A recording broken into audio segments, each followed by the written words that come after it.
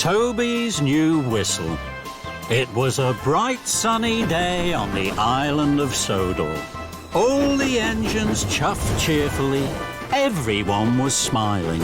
Everyone except Toby. Toby was at the steamworks.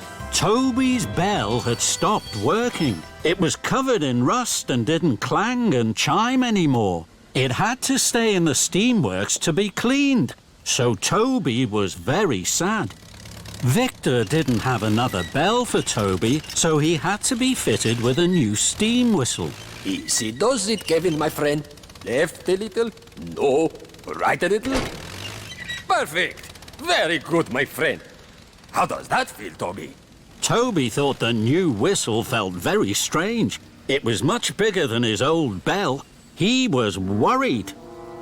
I've never used a steam whistle before. James chuffed into the steamworks with the fat controller. Hello, Toby.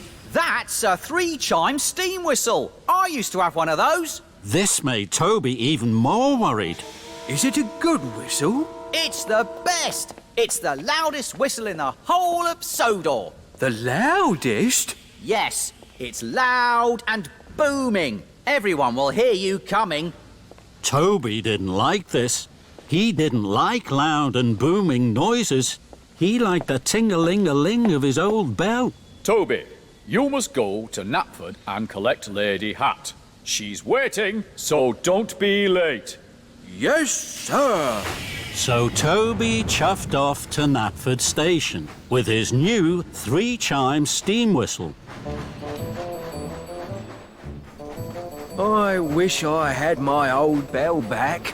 I don't know how to use this new loud and booming 3-chime steam whistle. Then an idea flew into Toby's funnel. If I puff slowly and carefully, I won't need to use my whistle at all. I can do all my jobs and wait for my old bell to be fixed. This made Toby feel much happier. Toby steamed slowly through Sodor. Gordon huffed and puffed impatiently behind him. Out of my way, Toby, you old steam tram! You're making me late!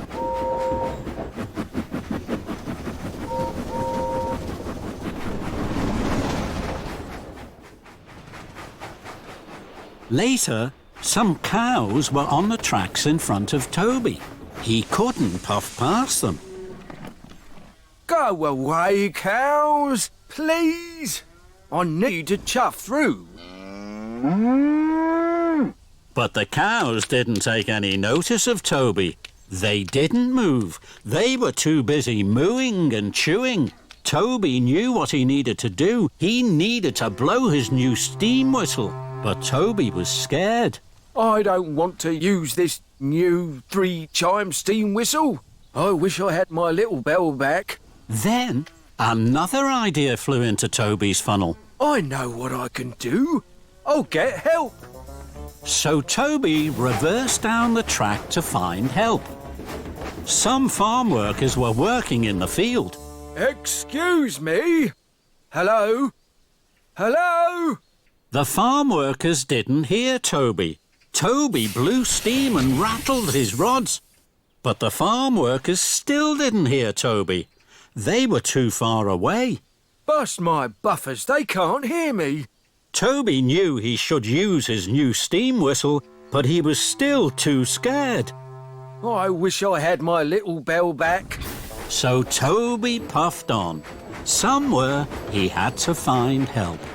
But Toby couldn't find anybody to help him. So he huffed back to the cows. I do hope the cows have gone back to their field now. But the cows hadn't gone back to their field. They were still mooing and chewing all over the tracks. Oh, no! Toby tried to biff them with his cow catcher. But they still wouldn't move. Oh, no, Henrietta. I think we're trapped. Then there was trouble. Toby heard a noise that made his wheels wobble. Another engine is coming. They'll crash into the cows. The engine steamed round the corner. It was Thomas. Thomas was racing like the wind. His firebox was fuming and his boiler was burning brightly. I have to tell Thomas about the cows. I'll have to use this new whistle. Toby closed his eyes. His firebox flared and steam blew into his new 3-chime steam whistle. It was the loudest whistle anyone had ever heard on Sodor. What was that? It was a 3-chime steam whistle. They're the best whistles ever. I wonder who blew that. Thomas heard the 3-chime steam whistle. Cinders and ashes! I must stop! He applied his brakes. Thomas screeched and skidded. Sparks flew and tracks trembled. Toby didn't dare look. Ew! Thank you, Toby. Your whistle told me there was trouble ahead. Toby felt very proud. I'm pleased I used my 3-chime steam whistle. It was even louder than my bell. Thomas was proud of his friend Toby. Together with their whistles and wheesh, Toby and Thomas moved the cows from the track.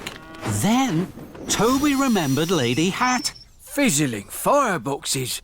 I've forgotten all about Lady Hatt. She's waiting for me at Knapford. I must puff faster than Gordon to chuff there on time. Don't worry, Toby. I'll puff with you. We're sure to make it together. Thomas and Toby huffed and puffed towards Knapford Station.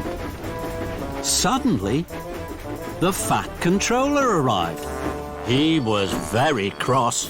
Toby, Lady Hatt waited for a very long time. Now Gordon is taking her home. Toby was upset. He knew he hadn't been a really useful engine. Oh, I'm sorry, sir. Then Toby stopped. He saw something ahead. There's a fallen tree across the tracks. And Gordon is steaming straight towards it. Oh, no! Don't worry, sir. I know just what to do. Toby bubbled his boiler and pumped his pistons. He blew his 3-chime steam whistle as loudly and as boomingly as he could. Gordon heard Toby's whistle. He applied his brakes and screeched to a halt. Toby, did you blow that whistle so loudly?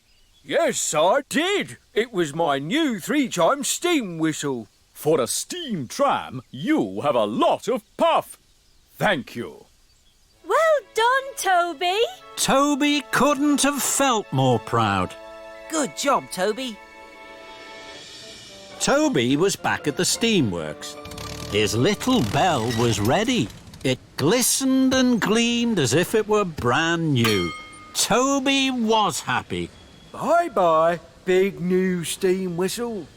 Victor and Kevin had heard the news that Toby had saved Thomas and Gordon. Well, Toby, my friend, it sounds as if you had a very busy day.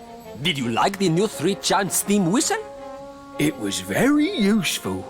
You can keep it if you like, my friend. No, thank you. My bell is the best of all.